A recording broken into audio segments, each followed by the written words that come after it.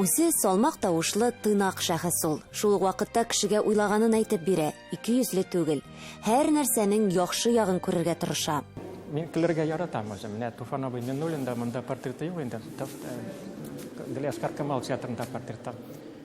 Бу миңа беренче танышканда нәрсә син көлеп җырыйсың ди. Мен әйтәм, ну Туфан абый кемдер көләргә тиеш бит инде бу тормышта. Ярый. Аңладым.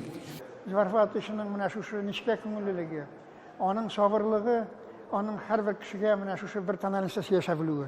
Мин шаккатырак. Шуңа күрә бу безнең өчен менә бу мәктәп, югары уку йортын бетергән кешенең шундый гадилеге. Гомумән Зарфат эшләрендә теге кычкырып торган чит эшләр юк. Менә ул үзе ничек шулай сабыр, аның эшләре дә әкренләп алып киреп китә, эшләр байлыгына.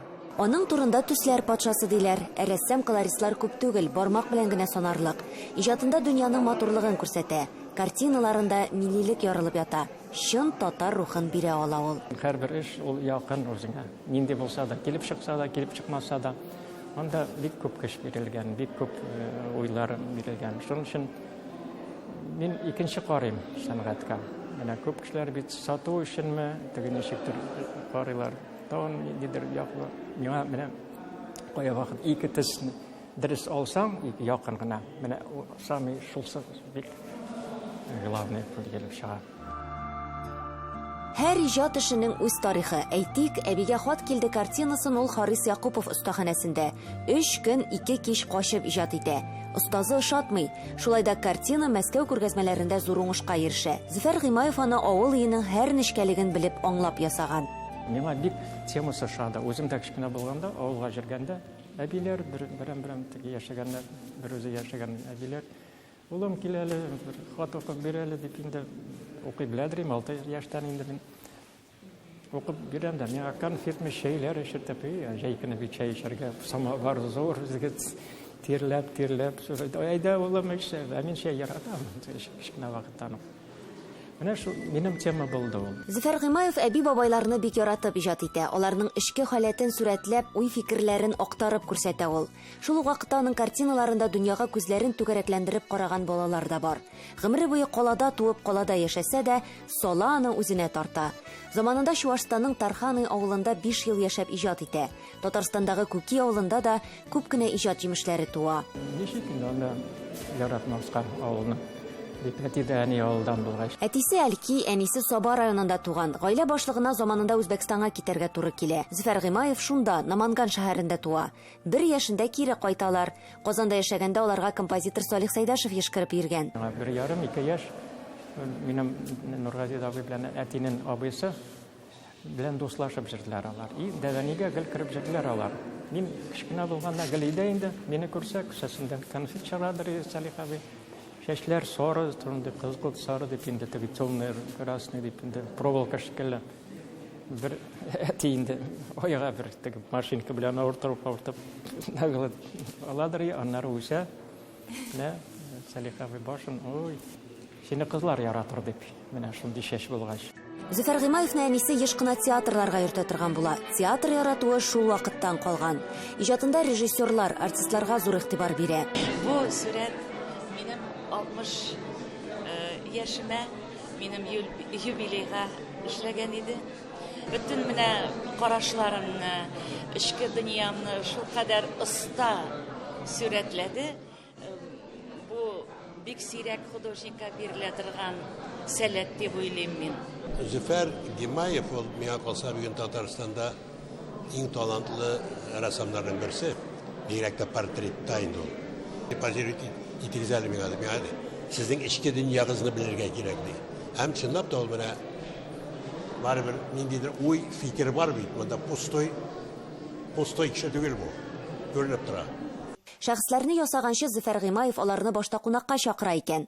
1-3-4 көн бары тик сөйләшеп утырырга гына да мөмкин. Геройны тулысынча аңлагач кына эшкә тотына һәм психологик яктан ачылган образлар туа. Картиналарында танылган шәхесләр дә, төрле хезмәт кешеләре дә бар. Портретмы, натюрморт, пейзажмы, һәр жанрда үзенчәлекле эшләр иҗат итә. Я, будучи у него в мастерской очень часто, конечно, видел, как он пишет портреты, как он пишет какие-то иные работы, и всегда это отдельное время у него, понимаете, то есть он от всего отрезается, и остается один вот в этом пространстве, в котором сам творит.